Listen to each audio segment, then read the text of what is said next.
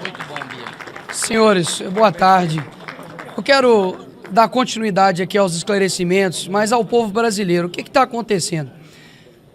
Nós parlamentares somos assegurados pela Constituição Federal, pela nossa imunidade parlamentar no artigo 53. E nós temos o ex-líder da oposição tendo busca e apreensão na sua casa por uma foto adulterada. Nós temos aqui deputado Ottoni que tem 4 anos que não tem acesso ao seu processo. Eu, até hoje, não sei o porquê, porque eu também não tenho acesso ao processo, do porquê minhas redes sociais, logo após as eleições presidenciais, também foi bloqueado. Ou seja, a mira está em nós, mas o alvo são vocês. Você lembra quando antigamente as buscas e apreensões eram feitas pela Polícia Federal para poder ver malas de dinheiro da corrupção, para poder ver pessoas que desviavam dinheiro, né, da Petrobras, de estatais? Hoje não.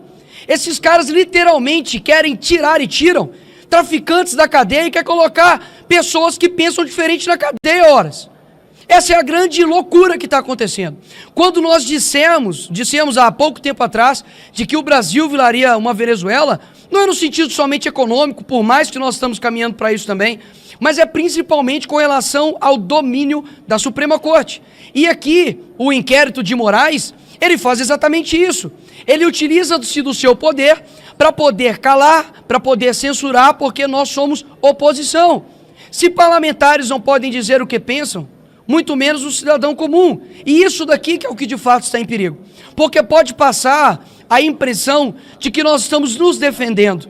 Os parlamentares estão somente se defendendo das prerrogativas deles, mas não. Nós estamos defendendo, por exemplo, que o doutor Sebastião possa ter a sua liberdade nas redes sociais, para que você, no seu posicionamento, também faça isso da mesma forma. E por que esses inquéritos? Eles colocam em sigilo para poder pressionar e para poder amedrontar a oposição. Agora, olha que contraditório, Sargento Faur. Eles colocam o processo em sigilo, mas eles comentam os autos do processo em rede de televisão nacional. Essa é a grande incongruência. Para que colocar em sigilo, então? Abre-se os processos, para que todos, afinal de contas, os comentem. Porque se nós não podemos ter acesso, eles também não deveriam ter. Agora, Alexandre de Moraes, ele se tornou o investigador, o julgador e a vítima, ao mesmo tempo no processo. Isso é inaceitável. Então, por mais que existem outras pautas importantíssimas para serem discutidas aqui nessa casa, a prerrogativa dos deputados, que são os devidos representantes do povo, assim bem como os senadores, não pode ser deixado de lado. Afinal de contas, uma tirania começa dessa forma. E se você quer saber de fato quem controla os senhores, eu pergunto para vocês, Nicolás Maduro é o quê? Um ditador. Kim Jong-un é o quê? Um ditador. Quem foi Stalin? Também um ditador. Chame Alexandre de Moraes de ditador. E você vai perceber a diferença que há daqueles que de fato controlam a tua opinião e aqueles que de fato não controlam. E nós temos vários cúmplices disso. Nós temos, por exemplo, diversas mídias, diversas jornais que estão em conluio com tudo que está acontecendo. Olha só a que ponto chegou. Nós temos pessoas hoje, eu faço questão de lembrar isso aqui, deputado Marcel Varratem, pessoas que estão sendo condenadas a 16 anos de forma desproporcional porque fizeram baderna aqui nessa casa, que a esquerda cansou de fazer. Os black blocs já foram absolvidos pelo que fizeram, tanto aqui quanto em São Paulo. Nós temos o Coronel Naime, que até hoje a sua família pede Pix para poder sustentar. Enquanto isso, nós temos literalmente André do Rap, um dos caras que eram chefões do comando do tráfico organizado, solto, inclusive com seus bens sendo restituídos. Nós temos a DPU, a Defensoria Pública da União, fazendo processo contra o Elon Musk por danos morais à democracia, horas. O que de fato é ataque à democracia, doutor Sebastião? É você falar contra o Lula, é você, por exemplo, dizer que ele é ladrão como eu e deputado Gilvan Federal disse, e nós estamos sendo investigados por isso. O Monark, abriu-se uma investigação por ele porque ele chamou o Flávio Dino de Gordola. Ora, se chama ele de magra fake news, se chama ele de Gordola é o quê? É criminoso, então tem que chamar ele de quê? Olha o nível que nós estamos chegando. Então, quando nós colocamos isso daqui, é algo muito sério. Nós estamos clamando para que não somente as pessoas que já concordam conosco, mas para que os demais, presidente dessa casa, presidente Rodrigo Pacheco, e como mineira que eu peço desculpas, a omissão do presidente do Congresso. Porque o que está acontecendo hoje é muito por conta da omissão, da frouxidão, da covardia de um homem chamado Rodrigo Pacheco. E eu tenho zero medo de dizer isso aqui.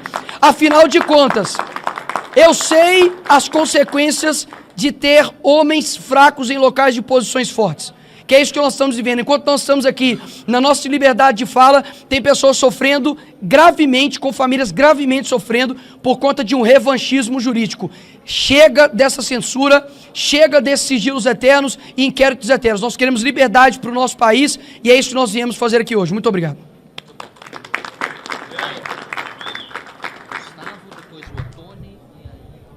Para que todos entendam a gravidade da situação, eu vou fazer uma pergunta para os meus colegas parlamentares que estão aqui do meu lado. O Nicolas é baixinho, aí tem que subir o microfone depois. Baixofobia.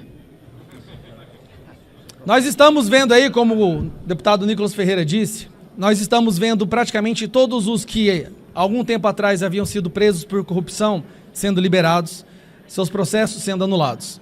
Os líderes das facções criminosas estão sendo liberados e os seus bens que haviam sido apreendidos estão sendo devolvidos. Assim como todo o dinheiro que foi apreendido pela corrupção, pelo tráfico de drogas, está sendo devolvido. Nós estamos vendo as mesmas empresas que participaram dos esquemas de corrupção, que destruíram a economia brasileira, voltando a receber dinheiro público e voltando a fechar contratos com o governo.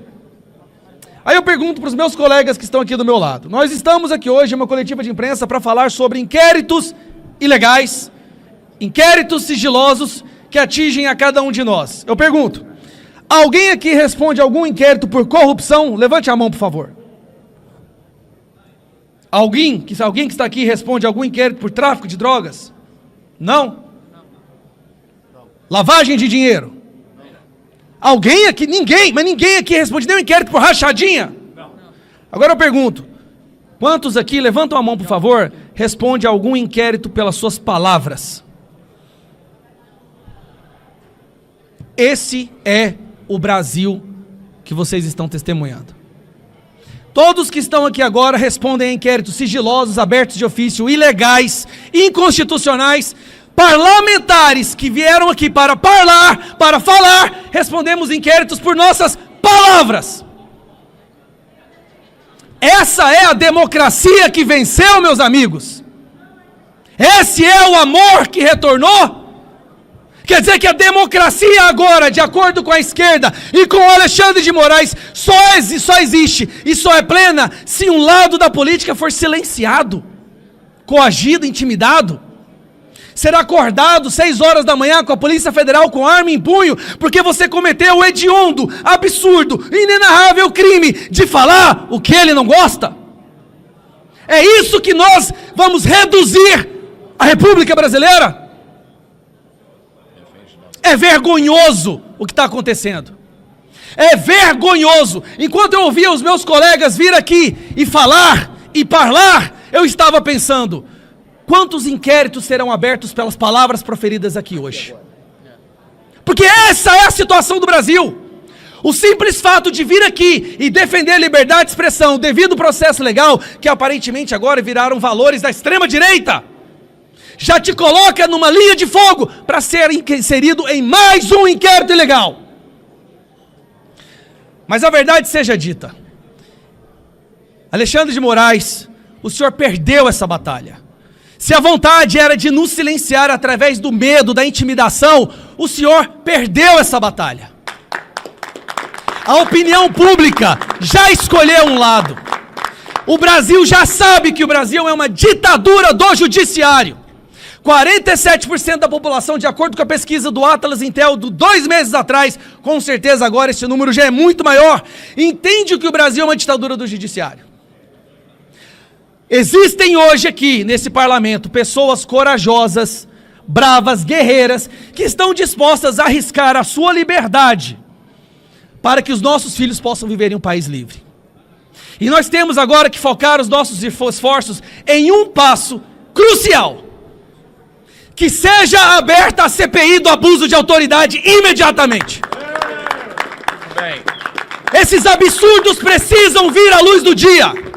Pedimos que todos os sigilos sejam levantados. Sabemos que isso dificilmente acontecerá, meu amigo Otoni. Sabe por quê? Porque se for retirado os sigilos desses inquéritos, não só o rei ficará nu, mas todo o império ficará nu. Porque será vergonhoso para o mundo quando eles perceberem o que estava sendo feito nos bastidores, na escuridão do judiciário, para perseguir pessoas que não concordam com essa ditadura.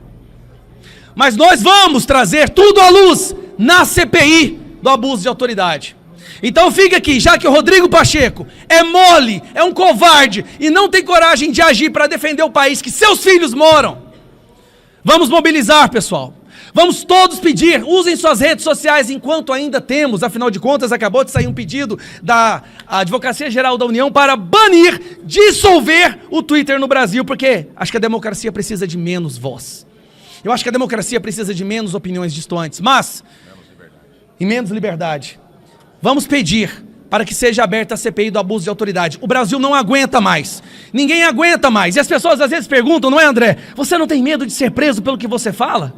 Eu tenho medo de olhar no espelho e ver um covarde se eu deixar de falar aquilo que eu acredito. Assim como todos que estão aqui. Que eu seja preso está nas mãos de Deus, mas que os nossos filhos possam viver em liberdade. Está na hora de acabar. CPI do abuso de autoridade já! Obrigado.